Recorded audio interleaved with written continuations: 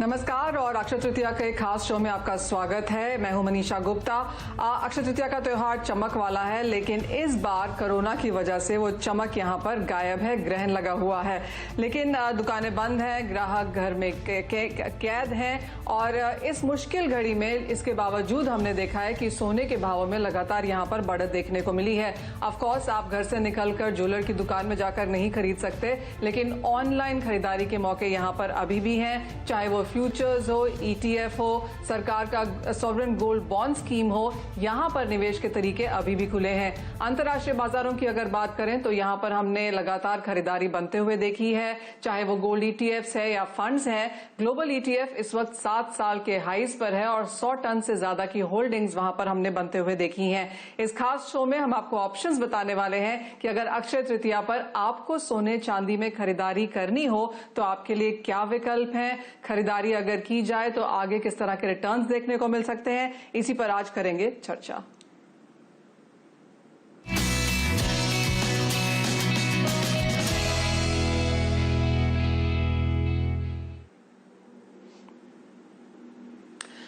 हमारे साथ जुड़े हैं एसएमसी की वंदना भारती, वेलवेट केस के कपिल हित समरिया और हमारे साथ हैं क्वांटम एएमसी के चिराग मेहता। आप सभी का कार्यक्रम में स्वागत है। वंदना, आपसे पहले शुरुआत करना चाहेंगी और अच्छी खासे मूव्स यहां पर हमने सोने चांदी में बनते हुए देखे हैं। सोना काफी हद तक एक सेफ हेवन के तरीके से उभर के आया है और जिस तरह से कोरोना वायरस की अनसर्टनिटी है बाजार में, उसका फायदा इसमें हमने आता हुआ देखा है।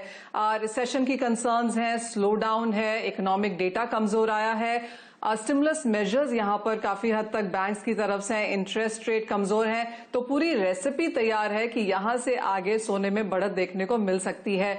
आप क्या कहेंगी, किस तरह के प्राइस व्यूज आप लेके चल रही हैं? Good morning Manisha. सबसे पहले तो सब लोगों को काफ़ी मुबारकबाद अक्षय तृतीया का। इस बार वाकई फिजिकल मार्केट में कोई भी एक्शन नहीं है यहाँ पे, लेकिन फ्यूचर्स मार्केट में काफ़ी एक्शन है और मुझे लग रहा है कि जिस तरीके से आपने जितनी बड़ी सारे फैक्टर्स यहाँ पे बताए हैं और मुझे लग रहा है कि ये प्रोलॉन्ग होगा थ्रू आउट 2020। जो एक्सटेंट है वो थोड़ा सा हम सब कह सकते हैं कि सेकेंड हाफ 2020 थोड़ा कम हो सकता है, लेकिन कुछ चीज़ें हैं जो यहाँ पे स्टे करेंगी, जैसे कि इंटरेस्ट रेट जो है वो लो ही रहेगा यहाँ पे, जो रिजीम है वो लोअर साइड रहेगा। स्टिमुलस मुझे लग रहा है कि और भी यहाँ पे आएंगे और ऑलरेडी पाइपलाइन में है यहाँ पे। और दूसरी चीज है कि जो इकोनॉमिक रिलीजेस थे वो हम लोगों ने सोचा था कि जो फर्स्ट क्वार्टर है वो वर्स्ट होगा, सेकंड क्वार्टर से थोड़ा सा यहाँ पे इंप्रूव होना शुरू होगा, लेकिन लग रहा है जिस तरीके से जो स्प्रेड है वो कंटेन नहीं हो रहा है, तो मुझे लग रहा है कि ये जो सेकेंड क्वार्टर का जो रिजल्ट आएंगे थर्ड क्वार्टर में, वहां पे भी एक बार फिर से पैनिक होगा और सेकेंड राउंड ऑफ जो सेलिंग है वो हम वहां पे आते हुए देख सकते हैं इक्विटी मार्केट में भी। तो मुझे लगता है कि सोने ने पिछले 3 सालों में इक्विटी मार्केट पे काफी ज्यादा रिएक्ट किया है और वहां पे जो नेगेटिव कोरिलेशन था वो भी काफी अच्छा था और जब करेक्शन आया इक्विटी में तब तक हम लोगों ने एक न्यू हाई बनते हुए देखा है। यहाँ पे मुझे लग रहा है कि एक ट्रिगर जो है ये बहुत अच्छा काम करेगा यहाँ पे, और जिस तरीके से प्राइस मूव अभी हो रहा है इंटरनेशनल मार्केट में अभी भी $1800 से नीचे है सोना, लेकिन लग रहा है कि एक बार $1835 तक यहाँ पे आ जाना चाहिए। इंडियन मार्केट में मुझे लग रहा है कि अगर हम INR टर्म्स की बात करें तो मुझे लग रहा है यहाँ पे मनीषा एक बार मुझे लग रहा है कि 48,500 से लेके 48,700 तक भी प्राइसेस जो हैं वो जा सकते हैं जब सेकेंड वेव आएगा बाइंग में। तो मुझे लग रहा है जो भी करेक्शन यहाँ पे मिल रहा है बिटवीन द रेंज ऑफ से 45,000 टू 46,500 यहाँ पे फिर से एक्यूमुलेट कर सकते हैं। साथ ही मुझे लग रहा है कि रेंज अगर पूरे थ्रू आउट 2020 की मैं बात करूँ, मुझे लग रहा है कि 50K के पास एक बार सोना जो है जा सकता है, खासकर जब एक बार लॉकडाउन खुलेगा और जितने भी जो फिजिकल बाइंग है ड्यू टू वेडिंग वो मुझे लग रहा है जो रुके हुए हैं, पोस्टपोन हुए हैं, तो जो इन्वेस्टमेंट बाइंग रहेगा फिजिकल में वो रुक सकता है, लेकिन जो वेडिंग पर्पज से जो बाइंग रुकी हुई है और जो वेडिंग्स रुके हुए हैं, तो मुझे लग रहा है कि फिजिकल में भी एक बार फिर से एक्टिविटीज आ सकती है एक बार जब लॉकडाउन स्लोली यहाँ से ओवर हो, सिचुएशन थोड़ा सा नॉर्मलाइज हो। तो मुझे लग रहा है जो रेसिपीज वाकई मतलब फेवर में है गोल्ड के, तो जो भी करेक्शन आ रहा है चाहे वो 45,500 हो 46,000 हो, वो एक अट्रैक्टिव लेवल है जहां पे फिर से हम बाइंग कर सकते हैं। इंटरनेशनल मार्केट में भी इनफैक्ट मुझे लग रहा है कि सोना कहीं ना कहीं $1711 1700 का जो लेवल है वहां पे फिर से एक्यूमुलेशन जो है वो अच्छा खासा हो सकता है। यानी कि कुछ करेक्शंस यहां पर सोने में देखने को मिल सकती हैं, लेकिन खरीदारी के मौके यहां पर बरकरार हैं। हर डिप पर आपको खरीदारी करनी है और जैसे वंदना ने कहा कि ऊपर में 48 इवन 50,000 तक के लेवल्स यहां पर देखने को मिल सकते हैं। एक्चुअली आज कुछ अंतर्राष्ट्रीय रिपोर्ट्स भी आई हैं जिनका मानना है कि सोना उससे भी ज्यादा तेजी दिखा सकता है। Bank of America Merrill Lynch का मानना है कि $3,000 तक सोना यहां पर जा सकता है और वो कैलकुलेशंस अगर हम इंडियन मार्केट्स में करें तो क्लियरली आराम से 60-70 हजार रुपए तक के यहां पर वो मूव्स बनते हैं। पर वो ऑफ कोर्स फोरकास्ट की बात है और सिनेरियो काफी पॉजिटिव है इस वक्त। खरीदारी लेकिन बाजार में काफी हद तक रुकी हुई है। चिराग, आप क्या कहेंगे? ईटीएफ की बाइंग जनवरी में हमने नए रिकॉर्ड्स बनते हुए देखे थे, फरवरी मार्च में भी खरीदारी यहां पर रही है। फर्स्ट क्वार्टर इंडियन मार्केट्स के लिए ईटीएफ के बाइंग के लिहाज से कैसा रहा है और अक्षय तृतीया की मांग क्या भी आप यहां पर बनता हुआ देख रहे हैं? जी मनीषा, अगर ईटीएफ बाइंग देखें तो ये महीने में हमने काफी अच्छी बाइंग होते हुए देखे। In recent times this has been one of the best months as far as flows हमारे ईटीएफ में हम देख रहे हैं। I think it looking at volumes ये बाकी ईटीएफ के लिए भी यही ट्रेंड होगा। But this so far has been because जब भी क्राइसिस हिट होता है तभी लोग अंडरस्टैंड करते हैं कि सोना एक अच्छा डाइवर्सिफायर है, इसके लिए एलोकेशन रखना चाहिए और इम्पोर्टेंस उसका एज एन एलोकेशन बढ़ जाता है। सो सब लोग अपने पोर्टफोलियो एलोकेशन में जहां इक्विटी और रिस्क एसेट्स एक हिट लेते हैं वहां पे गोल्ड के अंदर इन्वेस्टमेंट बढ़ता है। तो एक ट्रेंड हमने काफ़ी अच्छा देखा है ये क्वार्टर, स्पेशली ये month. I think Akshaya Tritiya में भी हम देखेंगे कि काफ़ी अच्छी डिमांड गोल्ड ईटीएफ और गोल्ड फंड्स के लिए होगी, क्योंकि ये एक विकल्प है जो एज गुड एज गोल्ड है, बिकॉज एवरी यूनिट जो भी है वो फिजिकल गोल्ड बैकिंग है, 24 कैरेट फिजिकल गोल्ड बैकिंग है।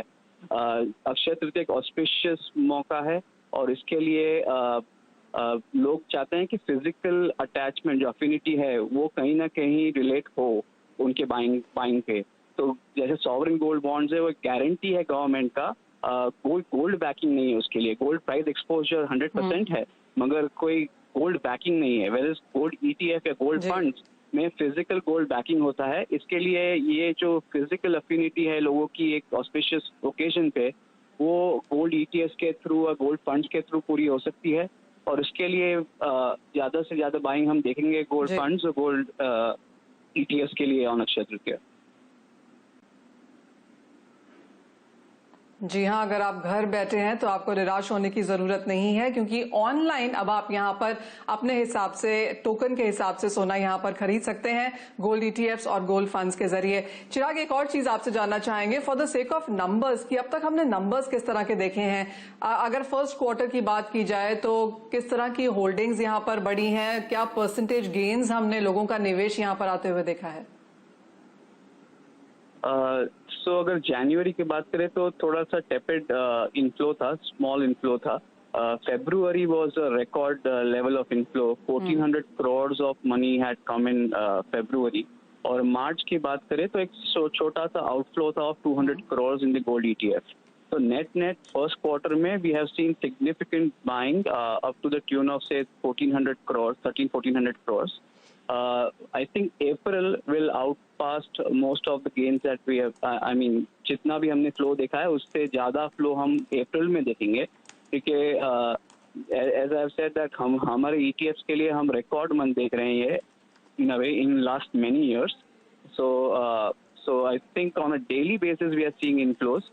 तो एक अच्छा number for the month of April आना चाहिए, क्योंकि अक्षय तृतीया अभी है और उसके लिए जैसे इंक्रीज बाइंग हम देखेंगे। So I think this month is gonna be a record flow month for gold ETF in India. Record महीना रह सकता है अप्रैल का ईटीएफ के लिहाज से, और जैसे चिराग कह रहे हैं कि पिछला क्वार्टर भी यहाँ पर काफी हद तक पॉजिटिव रहा है। काफी क्वार्टर्स के बाद हमने ये ट्रेंड्स यहाँ पर चेंज होते हुए देखे हैं सोने के लिए। लेकिन वेलवेट केस के कपिल हेतम सरिया भी हमारे साथ हैं। कपिल नमस्कार। ऑनलाइन खरीदारी का किस तरह से यहाँ पर ट्रेंड रहा है, क्योंकि आई एम अज्यूमिंग पिछले एक महीने में लोगों ने सिर्फ एसेंशियल कमोडिटीज की तरफ यहाँ पर ध्यान दिया है, लेकिन अब क्योंकि अक्षय तृतीया है, क्या ऑनलाइन खरीदारी यहाँ पर की जा सकती है? क्या ग्रीन जोन्स में यहाँ पर डिलीवरीज हो रही हैं? किस तरह से आपने ये ट्रेंड बनते हुए देखा है? Sure. Thank you so much for having us, on the interview. हम लोग ने ये देखा है कि वाइल ऑब्वियसली कोरोना के कारण लॉकडाउन है etcetera, but I think overall as a sector jewellery का जो सेक्टर है उसमें डिजिटल का अडॉप्शन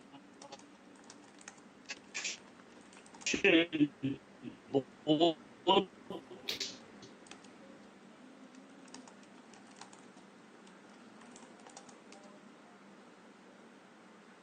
कपिल, आपसे फिर से जुड़ने की कोशिश करेंगे। आपके ऑडियो में यहाँ पर कुछ इश्यूज आ रहे हैं, लेकिन जैसे कपिल कह रहे हैं कि लॉकडाउन की वजह से प्रेशर जरूर आया है, लोग नहीं खरीद रहे हैं क्योंकि इस वक्त कंट्री को 3 जोन्स में बांट दिया गया है, रेड, ऑरेंज एंड ग्रीन में। तो ग्रीन जोन में जहां पर है वहां पर कुछ दुकानें जरूर खुली हैं, डिलीवरीज भी हो रही हैं, लेकिन बाकी जोन्स में कोई बाइंग नहीं है, दुकानें भी खुली नहीं है। लेकिन जैसे उन्होंने कहा कि जो डिजिटल बाइंग है वो यहाँ पर अच्छी खासी अडॉप्ट हो रही है। इसका मतलब ये है कि आप ऑनलाइन खरीदते हैं और वो ऑनलाइन आपके अकाउंट में आ जाता है, उसको घर आके डिलीवरी देने की जरूरत नहीं होती है। तो वो एक यहाँ पर पॉजिटिव पॉइंट है कि डिजिटल गोल्ड में लोगों का अब यहाँ पर विश्वास बढ़ता हुआ नजर आया है। इसी के साथ लेंगे एक छोटा सा ब्रेक। जब लौटेंगे तो आपको बताएंगे कि आप क्या खरीद सकते हैं और किस तरह के रिटर्न्स देखने को मिल सकते हैं। अब तक हमने सोने की बात करी है, चांदी, प्लैटिनम, डायमंड्स की बात भी करेंगे इस छोटे से ब्रेक के बाद।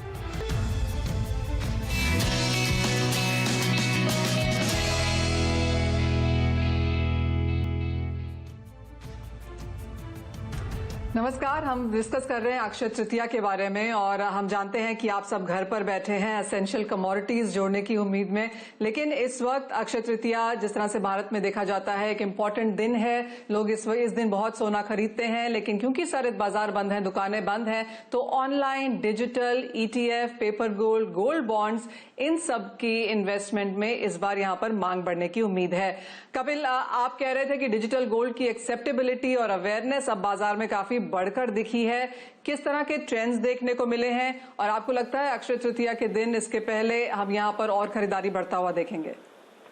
नहीं, डेफिनेटली देखेंगे और खरीदारी 100% देखेंगे। कंज्यूमर्स जो हैं वो एक तो डिजिटल मीडियम से काफ़ी कंफर्टेबल हो गए हैं लॉकडाउन के कारण।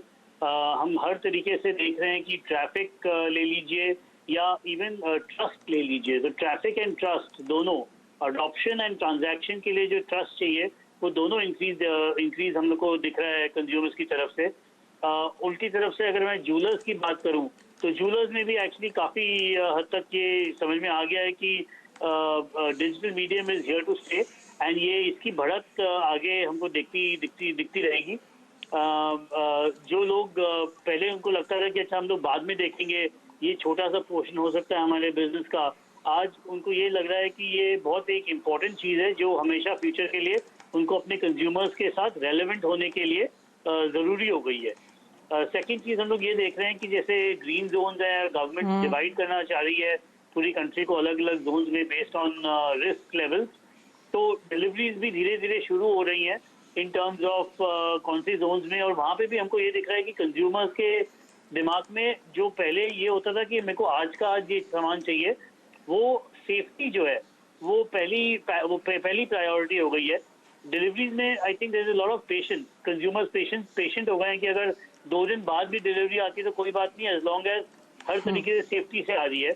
और एज अ ब्रांड हम लोग वो चीज़ मेक श्योर कर रहे हैं कि हर चीज़ की पैकेजिंग है, हर चीज़ का कम्युनिकेशन है, सैनिटाइज होके जा रहा है, डिलीवरीज जो है वो हर तरीके से सेफ्टी मेजर्स जो हैं वो बहुत इंक्रीज हो गए हैं पूरे सप्लाई चेन में till it reaches the consumer.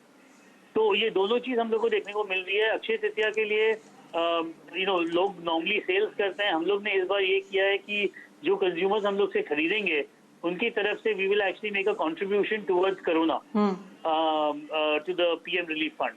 So that is वो हम लोग का स्पेशल है जहाँ पे हम लोग और हमारे कस्टमर्स जो है वो काफ़ी इवॉल्व कस्टमर्स हैं। उनको ये नहीं चाहिए कि उनको 2% सस्ता मिले, उनको ये चाहिए कि how can they contribute towards the country, India के लिए क्या कर सकते हैं। So these are the kinds of things that we are seeing. That absolutely. Kapil, आपसे जानना चाहूंगी कि नंबर्स इंक्रीज यहाँ पर कहाँ है? जैसे आपने कहा कि कंज्यूमर बेस यहाँ पर इवॉल्व हो रहा है, वो परसेंटेज बढ़ती हुई नजर भी आई है, लेकिन किस तरह की परसेंटेज है, कितने लोग और जुड़ रहे हैं? मुझे नंबर नहीं चाहिए, लेकिन एक परसेंटेज टर्म्स के हिसाब से जानना चाहेंगे कि ट्रेंड्स कैसे हैं। सो टिपिकली हम लोगों ने ये देखा है कि अगर मैं ट्रैफिक की बात करूं और ट्रांजैक्शन की बात करूं तो ट्रैफिक में हम लोग ने ये देखा है कि करीब करीब 30 से 50% हमको इंक्रीज देखने को मिल रहा है फ्रॉम अ ट्रैफिक पर्सपेक्टिव, जहाँ पे लोग जानना चाह रहे हैं कि और क्या हो रहा है, ये मीडियम में क्या पॉसिबिलिटी है।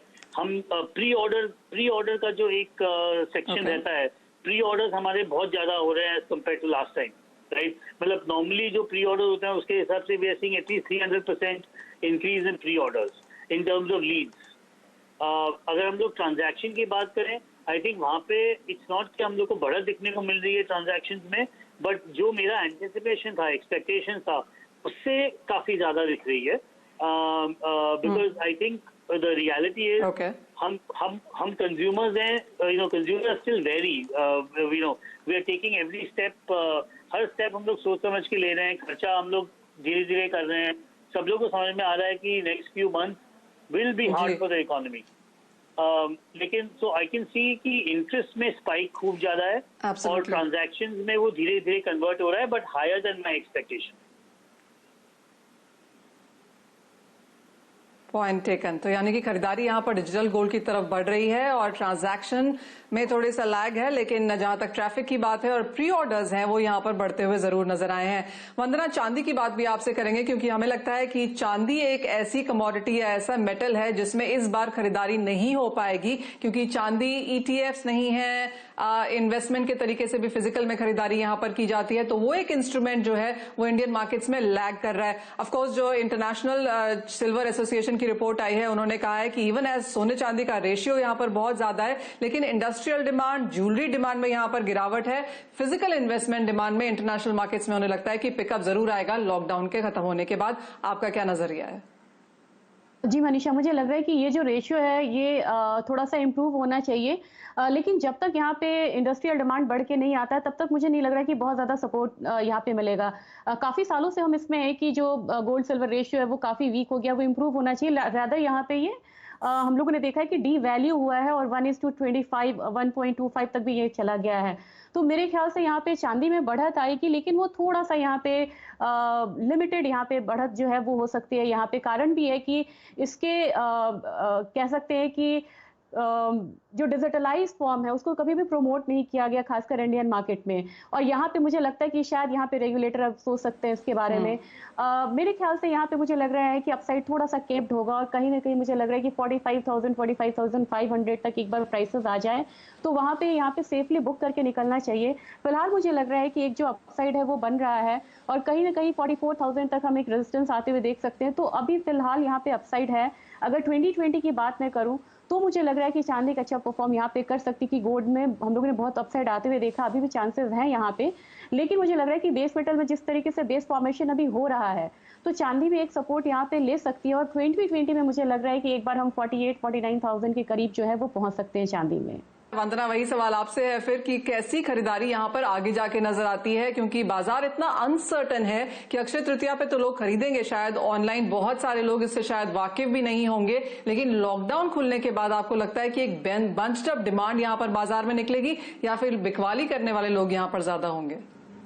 मुझे लग रहा है मनीषा, दो चीज़ें हैं यहाँ पे, बिकवाली करने वाले लोग भी यहाँ पे होंगे और दूसरी चीज़ है कि जब लॉकडाउन खुलेगा तो जो भी जो सेक्टर्स है रिस्ट्रिक्टेड है, मैन्युफैक्चरिंग है, सर्विसेज सेक्टर है, वहाँ पे एक एक्टिविटीज़ बढ़ेंगी और जो फिर इनफ्लो है वो रिस्कियर एसेट्स में आएगा। वहाँ पे मुझे लग रहा है कि कॉज आएगा सोने में और अब अच्छा खासा डिप आते हुए देख सकते हैं, 44,000, 43,000 तक का भी इनफैक्ट हम आते हुए देख सकते हैं। चांदी वहाँ पे स्टेबल रहेगी क्योंकि ये बेस मेटल डिमांड से भी थोड़ा सा सपोर्ट लेगी। तो मेरे ख्याल से लॉकडाउन खुलने पे मुझे लग रहा है कि जो रिस्कियर एसेट्स में पैसे आएंगे, डॉलर इंडेक्स, बॉन्ड्स, ट्रेजरीज, इनसे पैसे थोड़े से वहां से आउटफ्लो हो सकते हैं, इनफ्लो रिस्कियर एसेट में होएगा। साथ में मुझे लग रहा है, मनीषा आपने प्लैटिनम की बात की थी, मुझे लग रहा है कि 2 महीने से शार्प डिक्लाइन है, $600 के करीब ये चला गया था, अभी ये मुझे लग रहा है कि 785 के करीब है और मुझे लग रहा है कि धीरे धीरे प्लैटिनम में एक बाय आ सकती है जो कि यहाँ पे वैल्यू बाइंग हो सकती है। मुझे लग रहा है कि बेस मेटल के साथ यहाँ पे प्लैटिनम में भी $850 तक के प्राइसेस हैं और सेकंड टारगेट यहाँ पे मैं थोड़ा सा लंबा $950 तक देना चाहूंगी। मुझे लग रहा है जैसे ऑटोमोबाइल और भी जो सेक्टर्स हैं वो ओपन होंगे तो यहाँ पे प्लैटिनम को सपोर्ट मिलेगा और वैल्यू बाइंग यहाँ पे जबरदस्त हो सकती है इस कमोडिटी में, क्योंकि इसे भी गोल्ड और प्लैटिनम में काफी फर्क आ गया है प्राइस में, तो वो गैप मिनिमाइज हो सकता है यहाँ पे। जी हाँ, हमने अच्छे खासे मूव्स वहां पर बनते हुए देखे हैं और ध्यान रहे कि अगर आपको डायमंड्स खरीदना है तो ICX एज अ प्लेटफॉर्म भी अवेलेबल है। आप डायमंड्स में भी खरीदारी अक्षय तृतीया के दिन वहां पर कर सकते हैं। चिराग, मैं आपसे पूछ रही थी कि कितने लंबे समय के लिए अगर कोई निवेश करे तो करना चाहिए अगर हम इस अक्षय तृतीया पे खरीदते हैं, और भाव क्योंकि यहाँ पर ऑल टाइम हाइज के करीब है, कितना लंबा समय यूजली यहाँ पर होल्ड करना चाहिए अगर कोई ETF इस हफ्ते खरीदता है तो? जी मनीषा, अगर पोर्टफोलियो की बात करें तो 10 से 15% एलोकेशन गोल्ड में रखना चाहिए।